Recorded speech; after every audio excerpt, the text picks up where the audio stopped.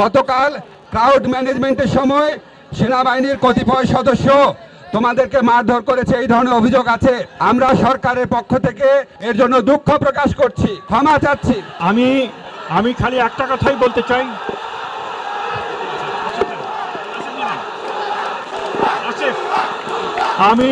তোমরা যে 6 দফা দাবি জানিয়েছো সেটার সাথে আমরা সম্পূর্ণ একমত।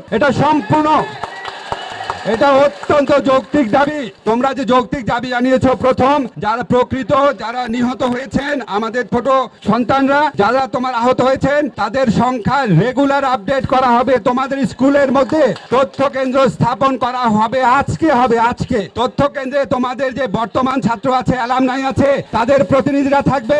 কারা এখানে আছে?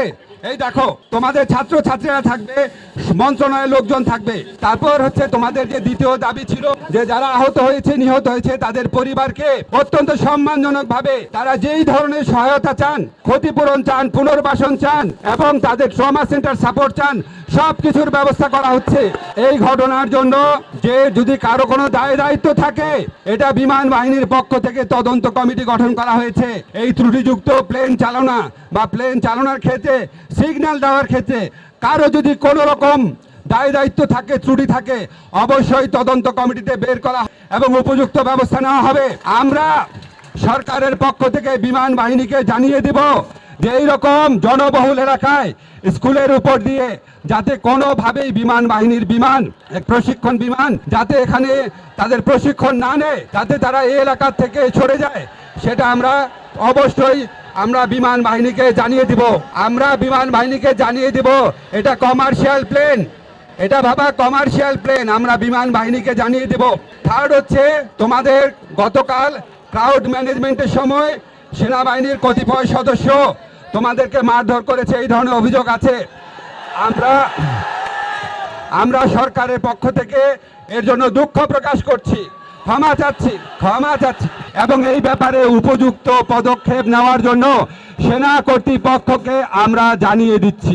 আমরা আশা করি যারা শক্তি প্রয়োগ করেছে, সেনাবাহিনী অবশ্যই তাদের চিহ্নিত করবে এবং তাদের ব্যাপারে উপযুক্ত পদক্ষেপ নেবে এবং তোমাদের কাছে ক্ষমা চাবে। অবশ্যই আমরা এটা আশা করি।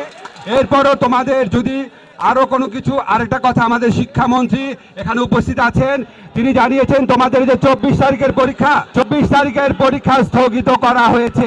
এরপর আমাদের এখানে একটা পার্মানেন্ট অভিযোগ কেন্দ্র থাকবে, তথ্য কেন্দ্র থাকবে। তোমাদের যা দাবি থাকবে তোমরা জানাবা।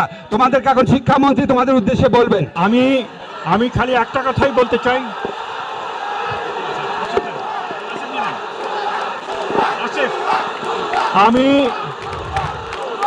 তোমাদের দাবির প্রেক্ষিতে 24 তারিখে পরীক্ষা পিছানো হয়েছে এবং যে সমস্ত পরিবারের সন্তান মারা গেছে তাদের জন্য কবরস্থানে আলাদাভাবে জায়গা দেওয়ার জন্য সরকার সিদ্ধান্ত নিয়েছেন।